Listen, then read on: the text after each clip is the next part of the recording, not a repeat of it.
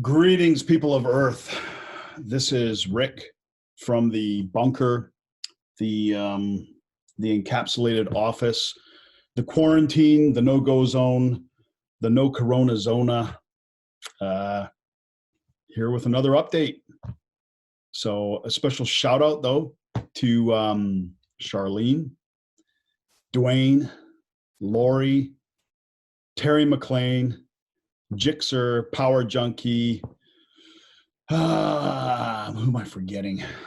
Probably somebody in there. Shout out to my sister who's in lockdown in New York. And yeah, exciting times ahead. Exciting times ahead. Exciting times at present, right? Some quick updates. Let's see where we are at with the virus right now. Okay, so worldwide, there are 304,950 coronavirus cases, COVID-19 cases, 13,000 deaths. So, boy, that's going up quick. That was just yesterday. I think it was just over 10,000. I can't even remember. Like, it's changing so quickly here. So let's scroll down and see where we are country by country. China has not given their new numbers for today. Italy, 6,500 new cases, nearly 800 new deaths. Man, Spain, nearly 4,000 cases, another 285 new deaths. The USA is really moving quickly in new cases. Germany has a lot of cases. They're right up there with the US and Spain, but they have surprisingly few fatalities, only 84. And I wasn't quite sure why that was, but here's what I suspect. And if somebody knows different, you can correct me, but here's what I suspect. I suspect that Germany is segmenting causes of death. For example, if somebody gets the coronavirus and they get pneumonia, for example, and they'll put maybe that down as the cause of death.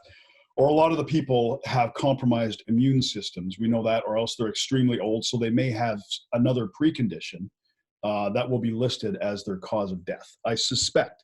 I'm not a doctor. I don't play one on YouTube. Never went to medical school. I can't give advice. Don't listen to me. I'm a clown. I'm a fool, okay? Don't take any of my advice unless it's about certain strategic things or business. But that's what I suspect. I suspect that Germany's, the death rate in Germany is so low because they're categorizing it in a different way.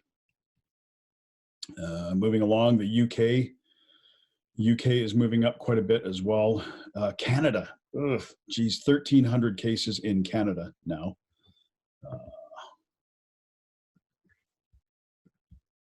And I believe,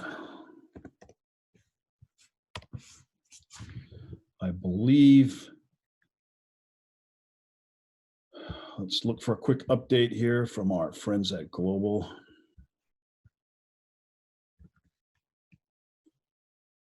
So here we go, Canada. Yeah, wow, BC, 424. So we are in the epicenter for Canada, my friends, out here in British Columbia. We've had a very open province, very Pacific Rim influence, let's say, and yeah. So I guess it's not surprising. I mean, what is surprising, like I've said before in a previous video, is that we were receiving direct flights from China up until direct commercial flights up until maybe 4 or 5 days ago, and we're still, I believe, getting flights. But these will be citizens being repatriated back to Canada. They won't be tourists or anything like that. So yeah, this is where we're at. British Columbia, way out ahead of everybody else. 10 deaths already. Ontario coming up on 400 cases. Quebec, the death count there is moving up quite a bit. Northwest Territories has decided to close off the entire territory to even the rest of Canada as well as the world, but they had 0 cases. Now they have 1 case. Newfoundland has 3 cases. They're doing the same thing. And so that begs the question. That begs the question, what's coming for us? What is coming for us? Most of the notifications that we would have gotten out for sports leagues, sports teams, children's activities, any kind of associations, work type stuff, most of the notifications we would have gotten, and I'm sure I'm not alone in this, are 2 weeks, closing up for 2 weeks, right? So I guess we're about a week into that now. That's not happening though. There's not going to be anything open a week from now. I'm telling you right now, just by looking at the way the virus count is moving and the death count is moving, it's accelerating, right? And we're going to see a lot more. And so we've seen changes just this weekend. So these are the following businesses that are ordered to close: restaurants, food courts, cafeterias, cafes, bistros, gyms. So some of you have a legitimate excuse not to work out now. Casinos. I'm actually kind of happy about that one.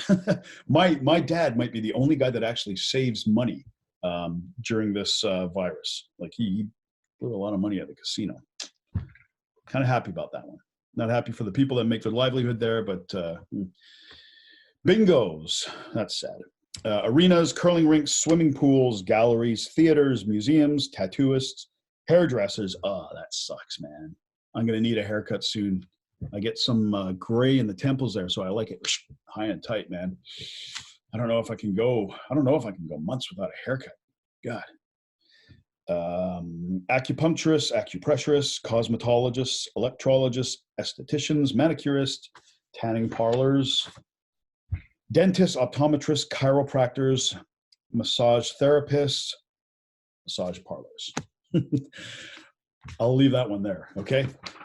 So there you go. And most businesses we've seen that would fall into the more essential category, even they have limited their hours, as I've mentioned earlier. So here's what I think we're going to see. Here's what I am expecting. I think within the next week, maybe in about a week's time, we are going to see a total lockdown. I think this is what's coming. We're going to see the cases continue to escalate. We're going to see the deaths continue to escalate. And I think that's normal for this stage of any kind of virus, right? I mean, as much as you can say anything is normal on a virus. But those numbers won't be going down anytime soon. And so I think we are headed for a total lockdown. I wouldn't say martial law because I don't think it'll be martial law.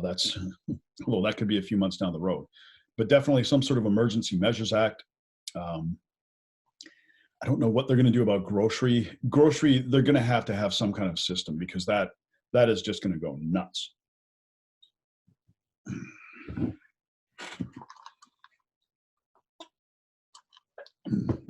That's a nootropic. Athletic Alliance Advanced Nootropic. Got to keep the mind sharp in these trying times, right? So here's what I think is going to happen. Again, within about 2 weeks, I think we're going to see the death count in Canada creep up into the high hundreds. I think probably within about 2 weeks, I think we're going to see the total number of cases get close to 10,000. And this is just basically following the trajectory of every other country. I mean, at this stage, things seem to double probably about every 3-4 days. We're gonna see the case count go up a lot, anyways. Simply for no other reason than the tests are becoming more available and more widely applied and more widely used. But 2 weeks, these numbers are going to go up quite a bit. We're going to see a total lockdown, similar to what they have in places like New York and California. And that's when it's really going to hit home for a lot of people, I think. Better stock up now. I mean, people say don't panic buy, but maybe don't panic buy, but load up, because after this, it's going to be much harder to get out and about, right? And now here's what I think should really happen. I think the provincial governments should start isolating particular towns and clearing towns one by one. For example, Victoria, Vancouver Island, that's an island. It's self-contained, right? You have one mode of transportation in, so it's very easy to police that. One mode of transportation out, right? Start off with a place like the island. We have the parliament there, right? The provincial parliament. This provides more or less a safe haven for anybody that's been cleared. After Victoria, you segment another place off, like say Kelowna or even the Okanagan. The Okanagan might be big enough as well to do that. Again, there's limited access to these places, a smaller population, greater capability to deal with things there. And then once you have cleared functioning areas, you can administer a lot more of the business. Surrey, for those of us in Surrey, we're going to be Surrey, Richmond, Burnaby. Yeah, it's going to be a long time for us, I'm afraid. I'm afraid we're riding this tiger right to the end. But yeah, that would be my approach. It would be to segment off areas. What do you need? What are the things that you will need for this lockdown? And I'm telling you, you got this. This virus seems to be moving a lot faster. Like every time I see a new development, it's come kind of ahead of what I expected. So I originally thought, probably about 2 weeks, we could expect a total close down, right? Similar to what they've done in Northern Italy. But it's kind of moving faster than that. So I think as early as a week or 10 days. Now, here are some things for us to watch. What we have to expect with the government is if they're going to institute things like a lockdown, we can't have vague responses. We're going to do a lockdown, and then we're going to play it by ear, or we'll wait and see. We're going to wait for positive developments. No, we don't want any of this nebulous bullshit, right? Tell us exactly what the expectation is for the lockdown to end, right? Same with people. If you're in a work environment and you have to continue to keep dealing with the public, right? Your union or your employer or whoever it is, make sure they are very specific on what the expectation is, right? Because you know what? I know we're all kind of pulling together, but hey, man, you really have to. You can't outsource your safety, right? You can't outsource your health. You can't hope for the best. You can't hope that other people are doing what's best for you. Sometimes you have to trust that that's what they're doing. I mean, the government, the media, they both lied to us in the past. We all know that. But really, they're the best sources we have to go on right now. So we have to kind of go along with them. But that doesn't mean we don't hedge our bets, right? We don't be thorough. We don't be afraid of, seeming awkward at a difficult time or whatever. Get them to be specific. Say, you know what constitutes a symptom? When do I get time off work? Do I get sick pay? When do I get overtime? When do I get double time? This kind of stuff, right? All that stuff needs to be very clearly spelled out, especially for like frontline workers. That's going to be another key. This is a really big thing to watch for in the next couple weeks. Is if we start seeing an infection rate among frontline workers like this, first responders, retail workers, healthcare workers. Healthcare workers, I think there's already been a case, right? But if we start to see a widespread kind of infection rate, that's going to be really bad. That's when you really have to, because nobody's going to work then, right? And if nobody's going to work, there's nobody to distribute things, and then that's a mess. There's two methods for dealing with a virus like this, right? Method A, you would call mitigation. Now, what mitigation means is you mitigate the response. You put out some basic warnings, you alert people that there is a virus, you tell people to wash their hands. It's pretty sad that it takes a pandemic before people start washing their hands. Am I right? To always be washing your hands. Like, come on, man. That's mitigation. Mitigation is saying, okay, this thing is, you know, it's going to run its course. We aren't really able to deal with it. You know, other priority. I don't want to say other priorities because I mean they're pretty severe. But mitigation is you just try to manage it as best you can, right? And what we've seen so far is that there's about a 1% death rate. So if half of Canada got it, that would be what, close to 20 million people. 1% of 20 million is 200,000. So you're looking at 200,000 people dead, right? Through mitigation. You know, that's a lot. But things, I mean, these would be compromised people as well. But things would continue on pretty much as normal, right? Now with suppression, the other side to this is to quickly try and suppress it, right? If you can keep the infected population from, say, from being half the country to being 10% of the country, then you're looking at 4 million people being infected, 1% death rate. You're looking at 40,000, right? So that's a big difference, 40,000 to 200,000. And this is what we're trying to do. We're trying, almost every country now at this point. I mean, the United Kingdom, they tried to go for the mitigation method and they got freaked out very quickly. And they said, oh, let's not do this. So it just shows you that that doesn't really look like a viable alternative. So we're going to suppress it, man. And if you want to try and really suppress something like this, you have to go all the way. Like I've said before, you can't do half measures because it's just going to drag things out.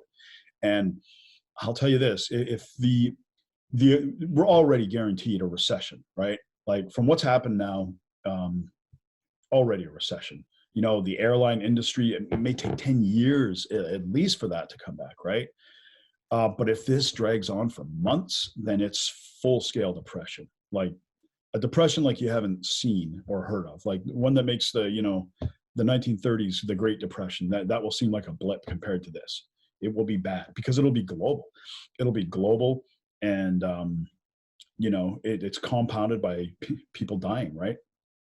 So that's the difference between suppression and mitigation. We are going for suppression, and hopefully it works. I mean, really, what we're doing is we're playing for time, right? So if you can keep things low and you can keep things at least functioning, then you have a chance to develop a vaccine or an antidote. I mean, they probably want vaccines more than they want antidotes or cures, because the vaccine is kind of an ongoing yearly thing, right? But hey, I won't get into that kind of stuff. So yeah. So anyways, I'm starting to ramble now. So I'm going to close this off and I'm going to say, look, prepare yourself for what's coming. In a week, 10 days, 2 weeks, probably tops, we're going to see a total lockdown. I'd be surprised if it comes sooner than a week, but in a way I wouldn't be, because things are moving really quickly. So prepare for that. Whatever you need to get done, get done. I should have got my hair cut, man, before they closed these barbers. Oh, well. And so, hey, look after yourselves. Send me some tips if you have any. Let me know what's happening. I will continue to pump out 2 of these a day, as long as things are as fast moving as they are. And as long as I have free time on my hands. All right. All right. So that's it. I'll see you guys soon. We will get through this. We will get through this. And hey, you know what? The weather, at least around here, has been pretty nice. I mean, it could be really shitty for us if it was just raining. Can you imagine being cooped up in isolation with rain every day? Yikes. So stay safe, and we'll talk to you tomorrow.